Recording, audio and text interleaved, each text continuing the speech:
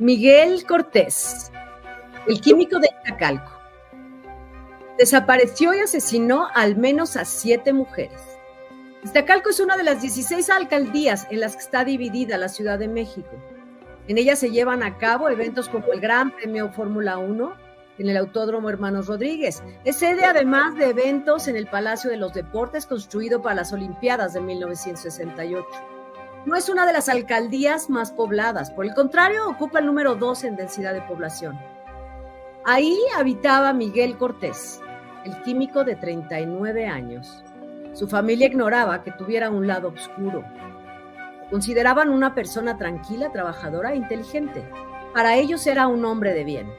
Sin embargo, esa persona de bien, que consiguió trabajar en uno de los hospitales de más renombre en el país, como químico farmacobiólogo en uno de los laboratorios, era en realidad un monstruo. Actualización del químico de Iztacalco. Miguel Cortés se cayó en su celda después de sufrir una intoxicación que le provocó un infarto. A las 12 del día les avisaron a los familiares de las víctimas que Miguel no podría asistir a la primera audiencia de las muchas que le faltaban. A las 6 de la tarde de ese 13 de abril del año 2025, les avisaron que Miguel Cortés había muerto. El llamado químico de Iztacalco aún no tenía sentencia.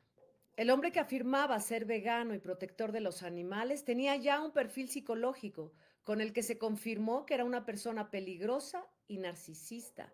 Además, significaba un riesgo para el resto de la población en el reclusorio Oriente, en donde estaba interno. Según afirma la abogada Erendalí Trujillo, el hombre tenía un aspecto demacrado, estaba bajo tratamiento con medicamentos, olía mal, según dice la abogada, y durante la estancia había bajado más de 20 kilos. Para entrevistarse con ella, Miguel Cortés puso como condición que le llevaran un libro, El Manual del Asesino en Serie, Aspectos Criminológicos, escritos por Juan Francisco Alcaraz. A cambio de eso, confesó el asesinato de 30 mujeres. La muerte para ellas y para ellos no es un acto de justicia.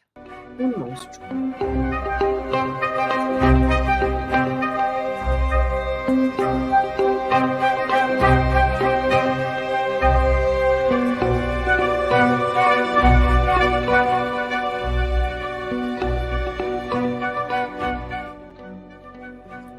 Sin embargo, esa persona de bien, como dije antes, pues en realidad era un monstruo. En sus redes sociales se mostraba como un profesional, presumía hablar 3 idiomas, disfrutaba viajar dentro y fuera del país. Acababa de viajar a Japón, mostraba fotos, se dejaba ver rodeado de amigas y además decía que era un fiel defensor de los derechos de los animales y amante de los gatos. Había participado en marchas en contra de la violencia contra los animales. Se cree que a sus víctimas las captaba con su discurso vía redes sociales, las captaba digitalmente y con engaños las hacía ir a su departamento. Mató por última vez el 16 de abril del año 2024. Entró a un departamento vecino al suyo y sorprendió a María José, quien le cuestionó quién era él y qué estaba haciendo ahí. Él trató de tranquilizarla para que sus gritos no alertaran a los vecinos. Según declaró el mismo Miguel, dijo que esto lo alteró y empezó a forcejear con la menor arriba de su cama y trató de tirarla y cayeron los dos al suelo. Ahí comenzó a ahorcarla. Dijo, además, como no la ahorqué, describía que estaba en plena agonía, así que corrió a la cocina, consiguió una bolsa de plástico y la asfixió. En los momentos que estaba cometiendo este crimen, llegó Cassandra, la madre de María José, y lo enfrentó. Ella creía que todavía podría hacer algo por su hija. Miguel se puso nervioso, estaba eufórico porque él dice que le causa euforia matar. Corrió a la cocina por un cuchillo con un cuchillo de sierra, atacó a Cassandra, pero ella logró huir y pedir ayuda a los vecinos. Él dice que se veía a sí mismo realizando su cruel acto. Actualmente María José está muerta, pero Cassandra, su madre, sí sobrevivió y se está recuperando en un hospital. Cuando la policía cateó el domicilio de Miguel, se encontraron cráneos, restos humanos en el refrigerador e identificaciones por lo menos de 20 posibles víctimas, la mayoría de ellas mujeres. En sus declaraciones, Miguel detalló cómo mató a las víctimas. Las llevaba a su casa, en donde él vivía solo. Se supo que probablemente tenía una relación con una mujer llamada Frida Sofía, reportada como desaparecida desde el 2015. En esas fechas, el criminal publicó en su cuenta un poema llamado Te extrañaré, justo cuando había desaparecido Frida Sofía. Y decía, hace tiempo te vi morir. Moriste sepultada por pequeños cristales, tu piel se manchó de sangre y tu cuerpo cambió de tonalidad a un rojo escarlata. Cubierta de sangre te puse en un altar y lloré a tus pies. Decidí quedarme contigo, mejor dicho, con tu cuerpo inerte. Esperaría que en cualquier momento abrieras los ojos o simplemente moriría a tus pies. Por un momento creí que correrías a mi encuentro con las manos levantadas para darme un abrazo, pero no fue así. Creí que me tomarías de la mano, pero nunca ocurrió. Incluso creí que cuando estuvieras a tu lado, así dice, me darías un beso tímido, pero tan solo lo creí, pues nunca pasó. Continuaba corriendo. Cuando estaba a escasos metros, estiré mis brazos y después te abracé. Mi alegría fue indescriptible. Te abracé muy fuerte y continué llorando por la emoción. No tardé mucho en darme cuenta que tus manos no se movieron. Descubrí que tu cuerpo era duro. Me asusté cuando noté que estabas fría. Toqué tu espalda y no era otra cosa más que tu ropa. Toqué tu cuello y no era más que de piedra. Confesarte mi amor una y otra vez, escucharte de nuevo tu voz y ponerme de nuevo nervioso por el solo hecho de que estés a mi lado. Recordé los momentos en donde el tiempo era mi rival cuando estabas lejos. Mi temor por los centinelas desapareció. De hecho, olvidé que existían. La dicha se apoderó de mi cuerpo y un extraño calor me invadió. Sabía que te quería, por eso corrí. No quería que te fueras de nuevo. Te veía cerca, pero hasta después me percaté de lo lejos que te encontrabas. Una vecina de manera anónima declaró que antes Miguel vivía con una mujer que era su roomie o su compañera de habitación y que de un día para otro desapareció. Cuando le preguntaron qué había pasado con ella, él dijo que se había ido de visita a su pueblo y nunca la volvieron a ver. Era una estudiante del Instituto Politécnico Nacional. Al parecer, el químico de Iztacalco, Miguel Cortés, comenzó con sus crímenes en el 2012. Se le atribuyen y se le pueden comprobar al menos 7 feminicidios que corresponden a 7 mujeres desaparecidas o que fueron investigadas por que no fueron investigadas por la Fiscalía. A Mayrani, de 31 años, Frida Sofía, de 32, Viviana Elizabeth, de 37, Norma Elena, de 41, Cintia Vanessa, de 39, Laura, de 33, Claudia Andrea, de 36. Pero se presume que podrían ser hasta 20 las víctimas de los macabros hechos. Miguel Cortés Miranda dijo que fue abusado por su padre cuando él era un pequeño y que siente resentimiento por su madre y su hermana, que fueron cómplices del criminal padre y nunca lo defendieron. El análisis.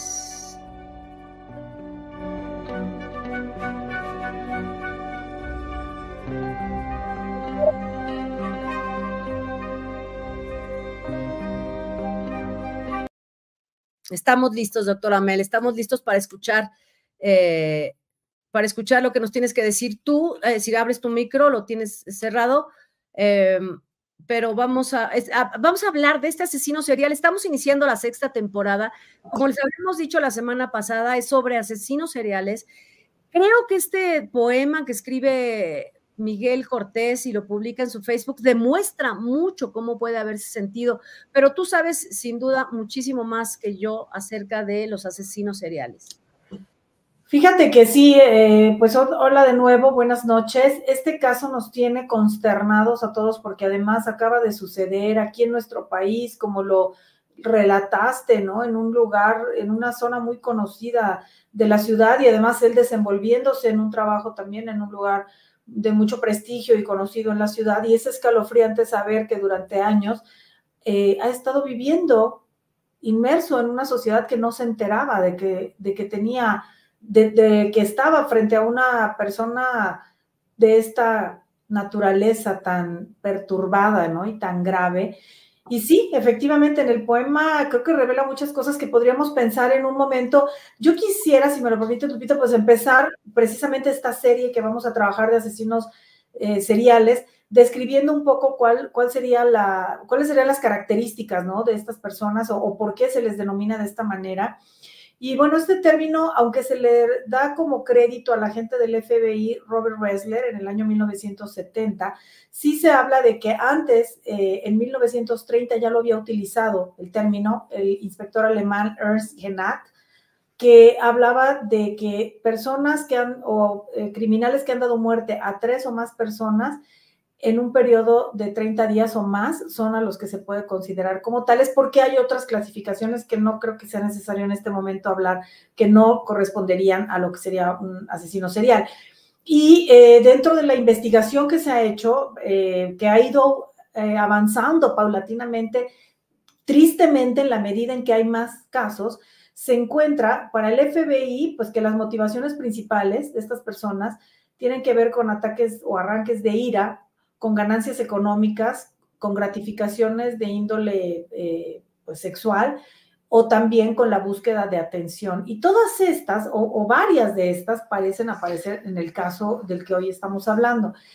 También las causas más usuales serían ya más profundas, digamos, una gratificación psicológica, una necesidad imperiosa de acabar con otros, y características también como el ser muy selectivos en cuanto al perfil de víctima, que eso sí se ve muy a menudo. Tienen un prototipo, un perfil de persona sobre las que actúan, y desde luego, para que esto pueda suceder y se puedan dar diferentes crímenes, diferentes eventos, sin ser descubiertos hasta después, pues es porque hay un modus operandi, ¿no? Hay una metodología ya elaborada y trabajada que les permite irse saliendo con la suya, por lo menos en varias ocasiones, estas mínimo 3 de las que habla la clasificación. También, como en este caso se ve, tiene lo que se conoce como una especie de máscara de normalidad o máscara de cordura. Se veía un señor bien, trabajaba, iba, venía. A veces los describen como un poco serios, algo reservados, pues obviamente porque están ocultando algo, pero aparentan una cierta normalidad. Y algo que me parece muy notable también es que entre un evento y otro, ellos tienen una especie de impas, o sea, un periodo de calma entre uno y otro evento. Es como si saciaran la necesidad de un tiempo, descansaran un poco, planearan el siguiente y entonces lo cometen. Así es como van operando, ¿no? Entonces eso es horrendo y bueno, obviamente se analiza desde lo psicológico como parte indiscutiblemente de un fenómeno de psicopatología que hoy se apunta mucho en el trastorno de personalidad antisocial, que como lo hemos dicho aquí muchísimas ocasiones, antisocial no es, como se dice coloquialmente, alguien que no le gusta juntarse con personas o ir a fiestas. No me gusta ir a fiestas y soy antisocial. No, es otra cosa. Es otra cosa que es no se ciña a las reglas, no respeta las reglas, no respeta límites, no respeta a las estructuras sociales ni a los demás seres humanos, y eso sería el trastorno de personalidad antisocial. Por supuesto que sí, se reconoce que muchos sufrieron abusos cuando eran niños, abusos físicos, sexuales o psicológicos, y un modelo que hoy se cuestiona mucho, pero se sigue usando como para tener un poco de norte, ¿no? De cómo se gestó este tipo de problemática, es lo que se conoce como la tríada psicopática o conjunto McDonald, que habla de que posibles criminales seriales pudieron tener en la infancia aspectos importantes de piromanía, no accidental, o sea, no es estaba jugando el niño y de repente causó un incendio, sino que le gusta incendiar cosas, prender cosas solo por ver la destrucción. La crueldad con los animales, que le hemos hablado también hemos dicho mucho en contables ocasiones aquí, y también una cuestión fisiológica, pero de orden psicológico, que sería una enuresis muy prolongada, o sea, estos niños que ya están grandes y no logran todavía controlar esfínteres, o lo hacen a capricho para molestar y perturbar también, ¿no? Que se hacen pipí. En la historia de los asesinos seriales, pues ustedes en Mujeres, me parece, Dejando Huella, hicieron el de Isabel Bathory, ¿no? Sí, claro, famosísima. Váyanlo a ver en Mujeres Dejando Huella. En Mujeres Dejando Huella, tú y Efraín la describen y la estudiaron ahí, y pues sí se le atribuyen alrededor de 600 víctimas, nada más y nada menos, ¿no? Por ahí del siglo XVII. Otro muy famoso, pues Jack el Destripador, en el siglo XIX, por ahí de 1888, Pero fíjate, a él se le atribuyen entre 4 y 6 víctimas, ¿no? Y ahorita nada más estamos hablando cada vez de números mayores hasta que atrapan a las personas. De los trastornos que se pueden localizar en algunos de estos sujetos, se encuentran los esquizoides, y que también hemos hablado en Almas Rotas, Lupita. Los que dicen que oían voces, ¿no? Que tienen delirios o que tienen alucinaciones y que dicen, hay una voz que me dijo que lo hiciera, pero no son muchos. No son muchos, pero sí existen ese tipo de perfiles. Los asesinos apostólicos, que son los que quieren limpiar al mundo de se sienten dioses ellos mismos. Exacto. Entonces, esto no debe de vivir y yo soy un justiciero, ¿no? Haz de cuenta.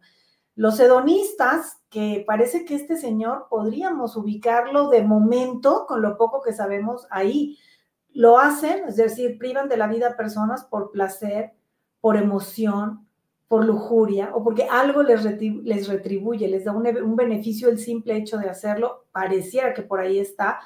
Y también aquellos que lo hacen por lucro o por poder y control, que sería el más común y que se pueden combinar. También puede haber algo como de por placer y emoción y también por una sensación de control muy, pues muy alterada, ¿no? Muy enferma, muy espantosa.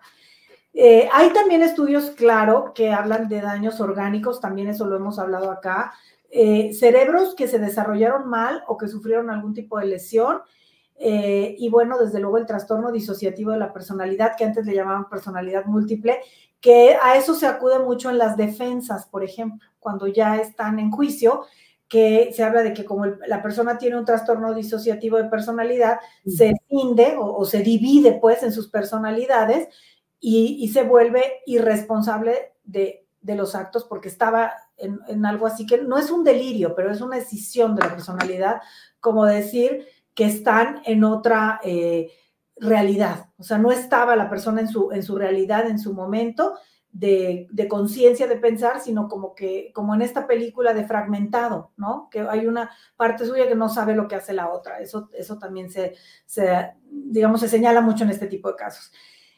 A mí lo que me llama la atención, Lupita, es que él ahora ya dijo, este hombre, que él sufrió un abuso. El abuso, dice él, que lo ejerció el padre. Y dos mujeres importantes en su vida, que son la madre y la hermana, dice él, no me defienden. Entonces, la violencia y el enojo, obviamente muy potenciado y muy ya carente de límites y carente de razón, está dirigido entonces a figuras femeninas. Y esto es muy interesante porque el psicoanálisis, por su parte, ¿no? Aquí ya hablamos de psicología, hablamos de psiquiatría, y el psicoanálisis, por su parte, analiza y propone tesis basadas en muchas fallas estructurales en la crianza temprana. Entonces, cuando alguien recuerda y dice, es que a mí me hicieron esto, a mí me pegaron, me abusaron o me maltrataron, como lo vimos también en el caso de Juana Barraza, que decía, es que mi madre me dañó. Claro, la historia de Juana Barraza es tristísima. Y dice, mi mamá me maltrataba, me golpeaba, no me quería. Bueno, eso es lo que ella recuerda, pero es muy probable que haya experiencias emocionales muy graves que no recuerda, como te digo, son lo que se llaman memories and feelings, ¿no? Ya habíamos hablado también de eso. Solo se queda la impronta de dolor, pero no puede alguien decir, yo siendo un bebé, sufrí que me aventaban en la cuna y ahí me dejaban llorar 1000 horas. O sea, eso no se puede recordar con claridad, pero el sentimiento sí, ¿no? Estos memories and feelings es lo que queda. Una huellita de dolor. Una huellototota, ¿no? De dolor espantoso. Entonces, en psicoanálisis se piensa en esto y también esto es muy importante, por eso ninguna condición de salud mental se debe subestimar. Hay una autora estupenda que se llama Christine Ann Lawson, que escribió un libro llamado Understanding the Borderline Mother, y ella dice que las madres border o limítrofes, que tienen este trastorno limítrofe de la personalidad, que están graves, que son violentas y no llevan tratamiento, pueden generar un odio muy grande hacia el hijo. Por eso los hijos de esas mujeres pueden tener consecuencias muy graves en su desarrollo y pueden llegar a ser asesinos seriales. Dice que ella señala que el hijo es el primero en notar, pero el último en reconocer que hay algo que anda muy mal con su madre. Esta autora habla de la madre bruja. esa madre de la que el hijo no tiene refugio alguno, no tiene protección, no tiene afecto, y por lo tanto podría convertirse en un asesino en serie de mujeres a las que él sí puede someter, violentar y privar de la vida sin que lo humillen a él, como estas madres pudieron haber hecho. Imagínate. Por eso es muy importante que cualquier condición de salud mental se atienda, se canalice, se medique, se haga lo que se tenga que hacer, porque como lo hemos hablado también en otros programas, lo hablábamos, no sé si ayer o anteayer también en Con Toda Paz con Efraín, cuando él decía, hay personas que no deberían tener hijos, pues, pues por eso, porque no es nada más ya lo tuvo y ya, sino que puede ese tipo de papás o mamás que están muy perturbados, no solamente dañar a su propio hijo, sino además lanzar al mundo o a la sociedad a una persona que va a dañar a otros todavía. Claro, es que eso es lo que, claro, eso es lo que platicábamos el día de ayer, y que a lo mejor mucha gente, bueno, no, la comunidad en general estuvieron de acuerdo, pero en general en el mundo, aparte, fuera, pueden decir, es que hay que respetar, es que hay que dejarlos que hagan su vida. No, cuando hay niños de por medio, no. Cuando se afectan otras vidas, no. Y es lo que te digo, que muchas veces no se piensa que ya afectar la vida de un niño, de un solo niño, basta y sobra para que exista una inmensa responsabilidad en esa toma de decisión. Pero ahora pensar que tal vez ese niño a su vez va a crecer y por el daño tan grave que tiene va a dañar a otros, eso es todavía mayor, o sea, eso también se tendría que pensar. Entonces aquí no es subestimar que este hombre diga, mira, es que a mí me abusaron y mi mamá y mi hermana no me cuidaron.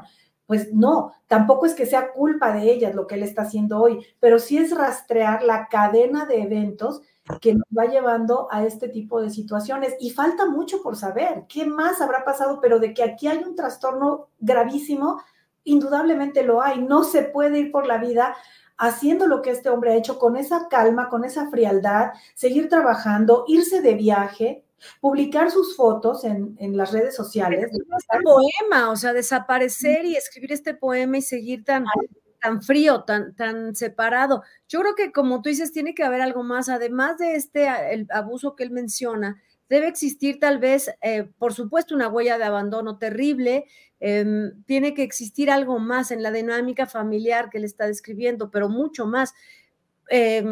No sabemos si a lo mejor también hubo un trastorno con la mamá, como tú lo mencionaste ahorita, o la misma hermana, un trastorno que la hermana, que ellas hasta el día de hoy ni siquiera saben que lo tienen.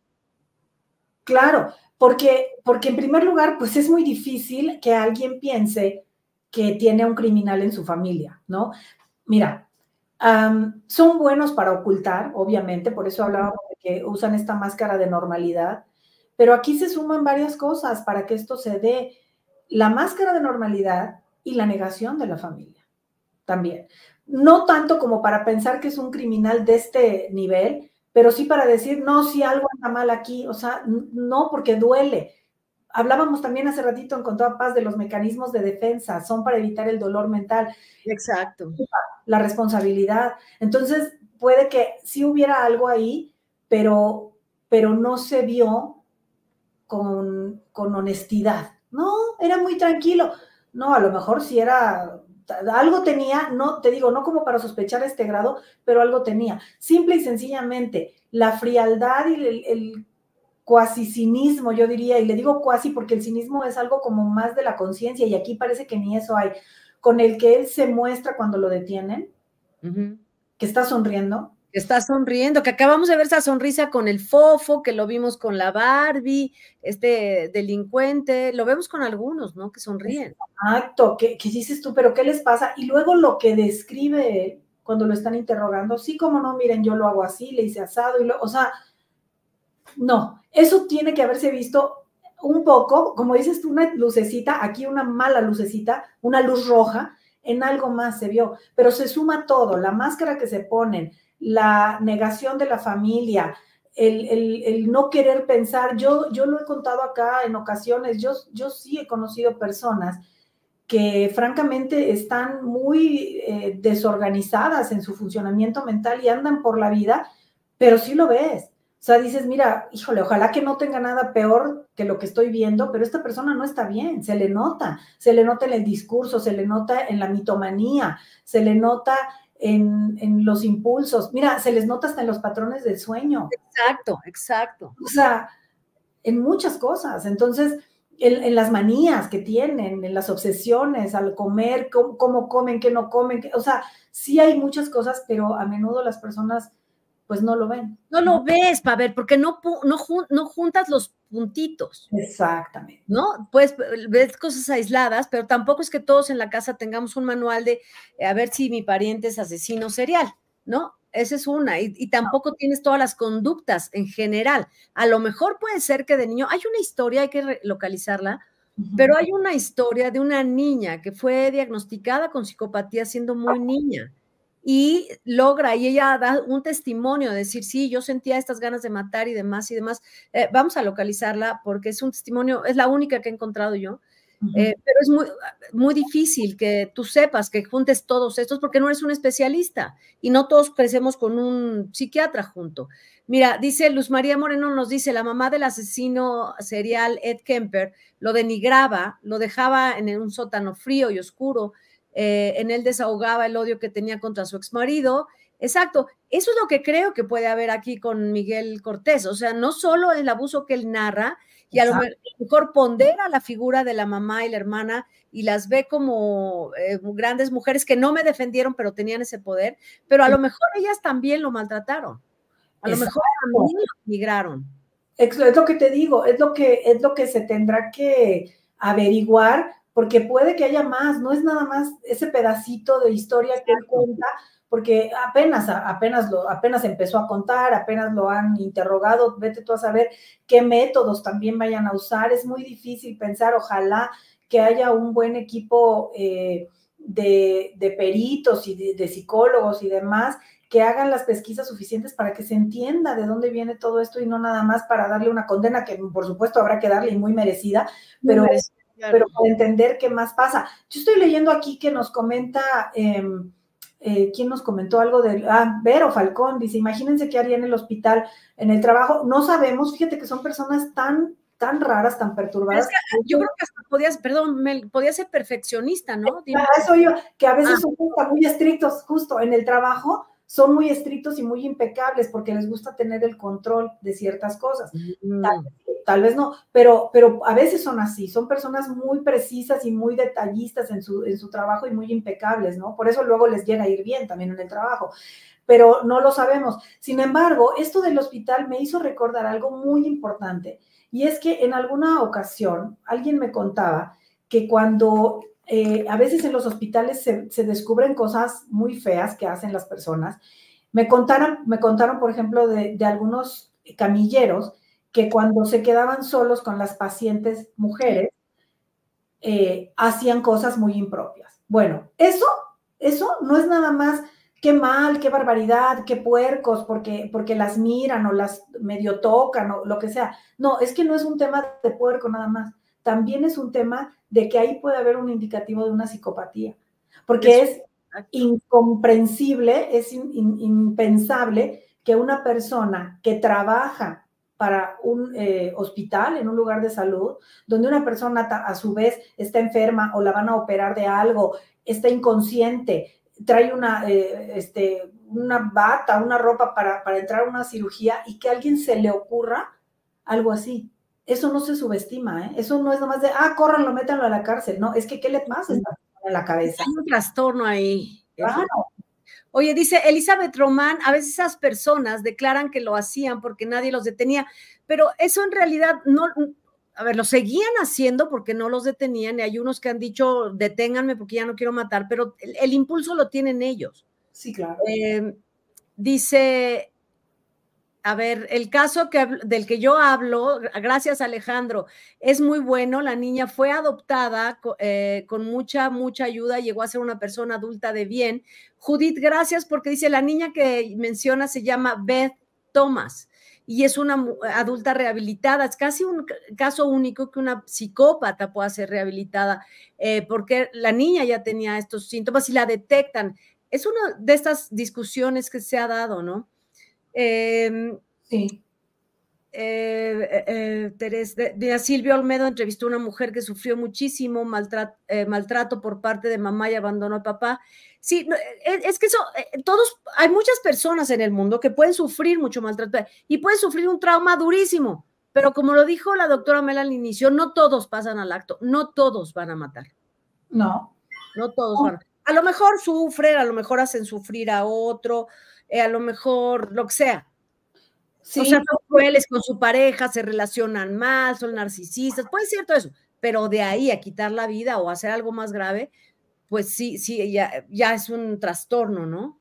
Sí, muy grave. Ahí ya hay otros elementos que se suman a todo este sufrimiento infantil. ¿Y qué elementos serían? Bueno, primero, pues, obviamente los filogenéticos, ¿no? Sí se traen, ya lo hemos hablado también, se trae una propensión a la violencia, a la psicopatía, a muchas cosas. Se puede tener ya algo que se hereda y que se va a potenciar o no en función de las circunstancias vividas, del ambiente en el que se desarrolla la persona. Puedes tener que ver también con la capacidad para tolerar el dolor o para tolerar la frustración. Tiene que ver con los medios de que se disponga también para hacer una cosa u otra. Por ejemplo, como en el caso de esta niña de la que se habla, si alguien se da cuenta que le pasa algo y de inmediato la pone en tratamiento, pues entonces su camino será probablemente diferente que aquel que no lo tiene, donde no hay conciencia de enfermedad. O sea, todo se va sumando, todo se va combinando, digamos, para que se dé una situación de estas, pero de que sí hay algunos factores que son muy determinantes, pues sí los hay y son los que estamos diciendo. Y aquellos que son de tipo orgánico, pues imagínate, ¿no? Si se analiza un cerebro y se ve que la estructura es distinta, que tiene fallas aquí o allá, pues mucho peor, ¿no? Oye, dice Mimi Leal, al parecer este es de los casos donde confluyen el factor biológico, psicológico y ambiental. Claro, dice Amber Hernán que ella sufrió violencia siendo pequeña y ahora tiene una gran familia. Es que hay dos formas de canalizar el dolor. Una, evitando y volviéndote casi de una manera heroica una persona de bien, ¿no? Y por otro lado, cometiendo venganza, ¿no? Dice Luz María Moreno, ninguna pregunta es tonta, Luz María. ¿Cómo se clasifica? ¿Es un asesino que además abusa de las víctimas? Sí, pues es lo que estaba yo diciendo hace un momento, porque este hombre así era, ¿no? Él hacía eso. Creo que aquí podríamos adelantar, al margen de lo que se llegue a concluir más adelante cuando le hagan ahí los estudios pertinentes, pero yo creo que tendría que ver con esta cuestión hedonista combinada con el poder y control, que son estas dos clasificaciones, digamos, ¿no? Que existen. Hedonista porque sí se ve que le da emoción, le da placer, por eso ese poema que escribe, él está hablando de cosas que a él lo ponen contento, o sea, él está diciendo, y ya no te movías, y entonces yo sentí un calor y ya no me daba miedo, o sea, él está teniendo un disfrute, pero también está teniendo una cuestión de control, porque al final de cuentas, y de violencia, de poder, perdón, de ejecución, ejercicio del poder y violencia para controlar, porque bueno, en este último caso, que es el que ha estado relatando y que está por todos lados, él dice cómo somete a esta muchacha, cómo él irrumpe en el departamento ajeno, porque a otras las invitaba, ¿no? Las engañaba, las invitaba y las iba metiendo. Acá no, acá él se mete, irrumpe en el departamento de alguien más, la muchacha le dice, ¿qué haces aquí? Y entonces él la somete. Y es como una compulsión. Exacto, sí, porque eso es lo que le da placer, calma y alguna clase de, pues sí, de gratificación muy, muy enferma, ¿no? Entonces ahí... Ahora, claro, perdón, me te interrumpí. No, es una combinación de eso. Ahora, por otro lado, lo que resulta preocupante y hay que hacer hay que subrayarlo, es que este asesino lo logran atrapar gracias a que la señora Cassandra logra escapar y se va y pide ayuda y los vecinos la ayudan, llaman a la policía y pues lo detienen y entonces descubren todo lo que este hombre tiene. De la misma manera atraparon otra asesina serial o presunta asesina serial, bueno, está condenada, Juana Barraza, la Mataviejitas, donde ella alega que es inocente, pero también es atrapada por una persona que escapa y sobrevive porque alguien la ve y porque la detienen en la calle. Y pasados tantos años, En México todavía no se hace un perfil, o sea, no hay perfiladores, sí debe haber perfiladores, pero no sé si no existe el presupuesto o no se lleve a cabo cómo crear un perfil, porque si este hombre lleva matando desde el 2012, ¿por qué no? Porque nadie se había dado cuenta. Sí, porque no lo estaban buscando a él. No lo estaban buscando, nunca lo iban a encontrar, él podría haber seguido y desaparecidas y desaparecidas y desaparecidas, y bueno, pues síguela poniendo ahí en la lista y en la lista, y nadie iba a investigar por qué, o cómo, en dónde están estas mujeres, no hay investigación. Exacto, esto es lo que en medicina se conoce como un hallazgo, ¿no? O sea, se está pensando en una cosa y aparece otra que resulta más importante. Acá así pareciera, ¿no? Porque no es que lo estuvieran buscando a él, sino porque la víctima pide ayuda, los vecinos ayudan, los vecinos hablan y llaman a las autoridades y entonces, mira, estamos descubriendo que había esto. Y eso es una pena. Fíjate que me hace pensar, Lupita, precisamente en que pues uno intenta y quiere confiar en las autoridades. En esta ocasión así lo pienso yo. En el caso del tal Fofo Márquez también así lo espero. Qué bueno que ya esté en manos de la autoridad y que ahora la sociedad está con el ojo muy bien puesto en todo esto y esperamos que por eso también la respuesta sea más responsable y mejor.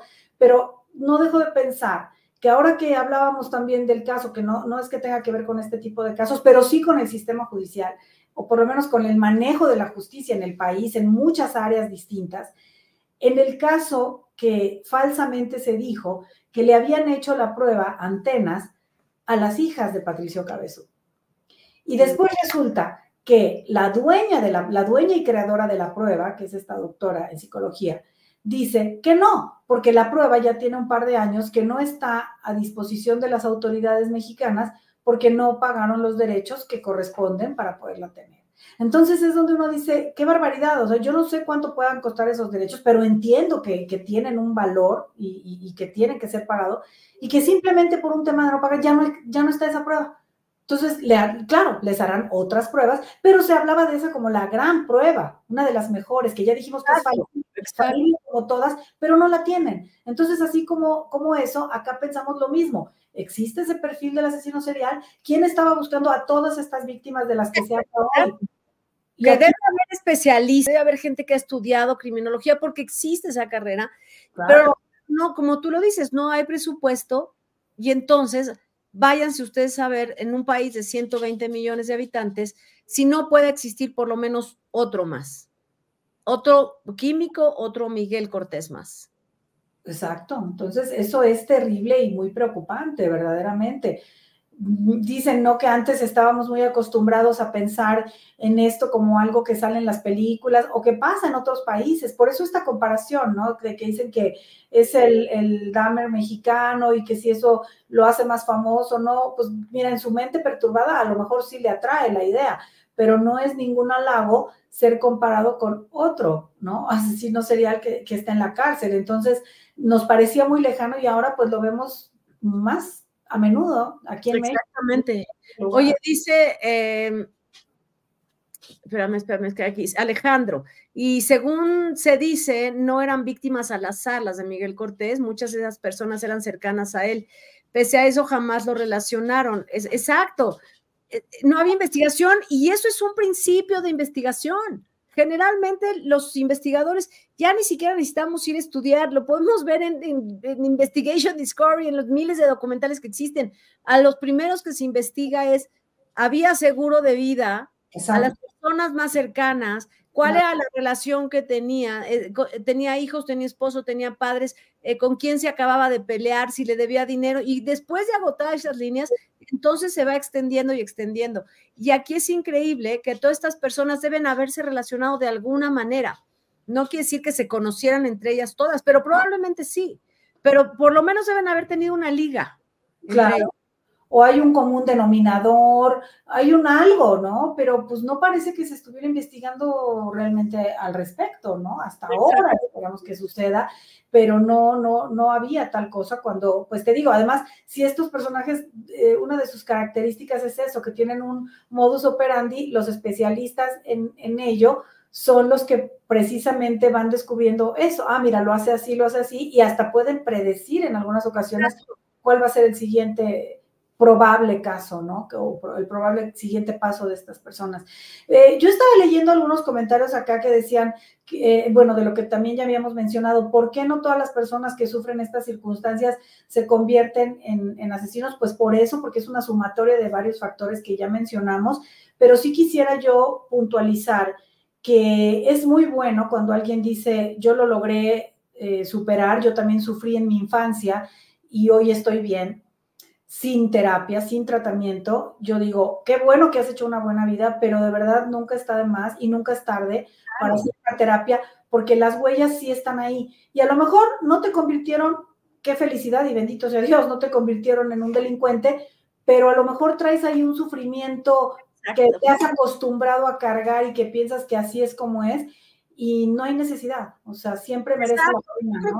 Lo que acabas de decir es clave, doctora Mel, para ser un poquito más feliz. Pues nunca está de más. ¿No? Porque muchas personas que han sufrido estos traumas y que no llegan a cometer un crimen, arrastran depresiones y sin saber que las arrastran. Exacto. ¿No? Y eso se refleja en muchas actitudes, en adicciones, puede ser también en compulsiones, en este perfeccionismo, en muchas cosas, en muchas formas de manifestar una depresión. Claro. Y la terapia no te hace nada de daño, ¿no? Y a lo mejor no necesitas ir cada semana, a lo mejor con que vayas una vez cada 6 meses es lo que necesitas, pero atenderte nunca está de más. Hacer algo, ¿no? Hacer algo y no dar por hecho que uno pudo solito y ya está, porque pues no, ¿no? Y sobre todo las experiencias traumáticas en la infancia, las fuertes, sí quedan ahí y se puede hacer mucho para superarlas hasta donde más pueda uno, ¿no? Y entonces tener una mejor vida. Sí, simplemente la insatisfacción, te digo, la insatisfacción, esas personas que parece, pues no tiene mayor problema, no comete delitos, no se pelea con nadie, pero no acaba de estar nunca contenta, ¿no? ¿Sabes dónde lo veo yo mucho, Mel? Y vas a estar de acuerdo conmigo, en la constante búsqueda, ¿no? Exacto. En una constante búsqueda. Necesito una explicación para esto, pero es que necesito esto. No, bueno, tú puedes traer las creencias que sea, pero si te causa estrés, pues hay gente que a lo mejor, a ver, yo me encanta lo del mercurio y todas estas cosas, pero si no traigo no me va a pasar nada, ¿no? Cuando tienes estos vacíos y esta necesidad de cubrirlos, es que entonces tienes algo y atenderte no está mal. Exactamente, al contrario, está muy bien. Y si tienes una familia, pues mucho mejor. Entre mejor constituido estés tú como ser humano, pues mejor padre, pareja, maestro, colega, lo que sea, serás. Entonces eso siempre es bueno. Y mira, pues hasta dónde puede llegar, porque yo creo que nunca una persona cuando empieza su vida, tampoco es que piense que se va a convertir en alguien así, ¿no? Tampoco. Exactamente. No, nada, tú no esperas que alguien de tu familia se convierta en alguien así.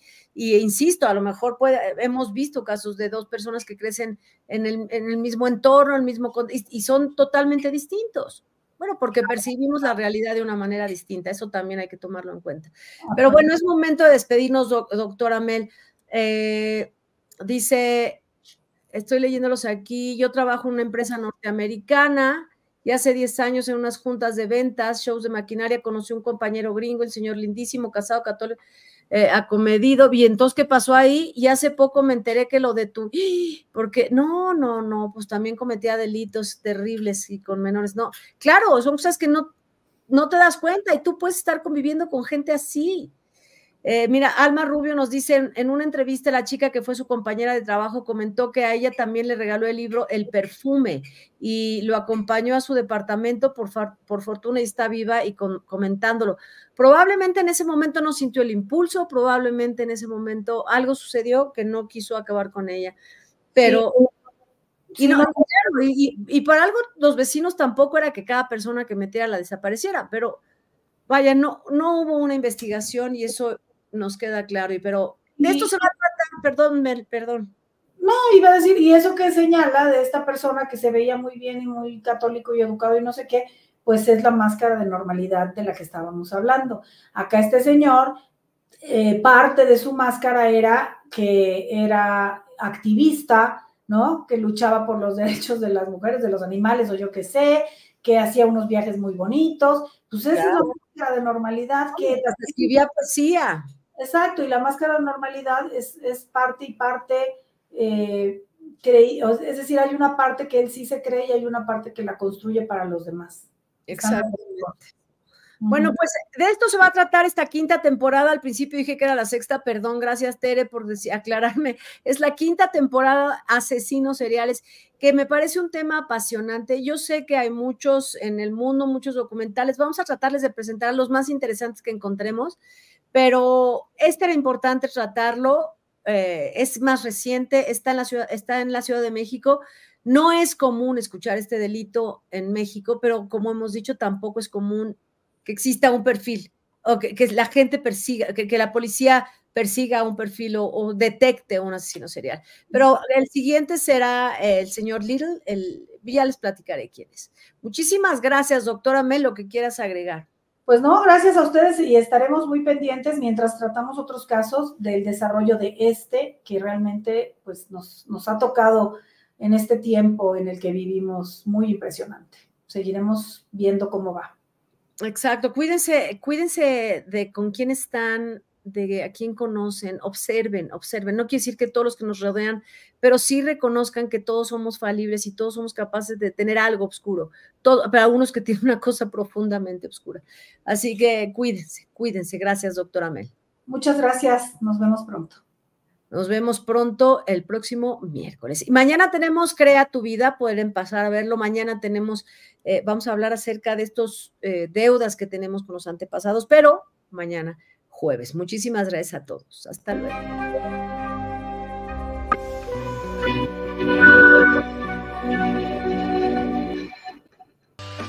Ay, perdón.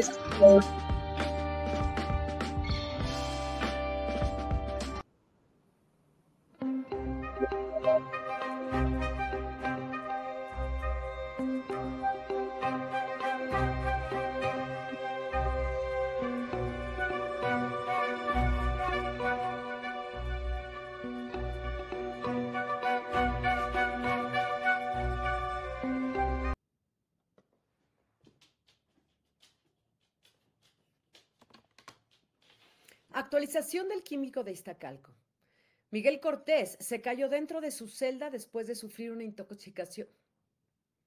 Miguel Cortés se cayó en su celda después de sufrir una intoxicación que le provocó un infarto. A las 12 del día les avisaron a sus familiares. A las 12 del día les avisaron a los familiares de las víctimas que Miguel no podría asistir a la primera audiencia de las muchas que le faltaban. A las 6 de la tarde de ese 13 de abril del año 2025, les avisaron que Miguel Cortés había muerto. El llamado químico de Iztacalco aún no tenía sentencia. El hombre que afirmaba ser vegano y protector de los animales tenía ya un perfil psicológico con el que se confirmó que era una persona peligrosa y narcisista. Además, significaba un riesgo para el resto de la población en el reclusorio Oriente, en donde estaba interno. Según afirma la abogada Erendalí Trujillo, el hombre tenía un aspecto demacrado, estaba bajo tratamiento con medicamentos, olía mal, según dice la abogada, y durante la estancia había bajado más de 20 kilos. Para entrevistarse con ella, Miguel Cortés puso como condición que le llevaran un libro, El Manual del Asesino en Serie, Aspectos Criminológicos, escritos por Juan Francisco Alcaraz. A cambio de eso, confesó el asesinato de 30 mujeres. Hasta el día de hoy, las mujeres siguen clamando justicia. Quieren saber qué ocurrió con este asesino, que no pagó por lo que había hecho. La muerte para ellas y para ellos no es un acto de justicia.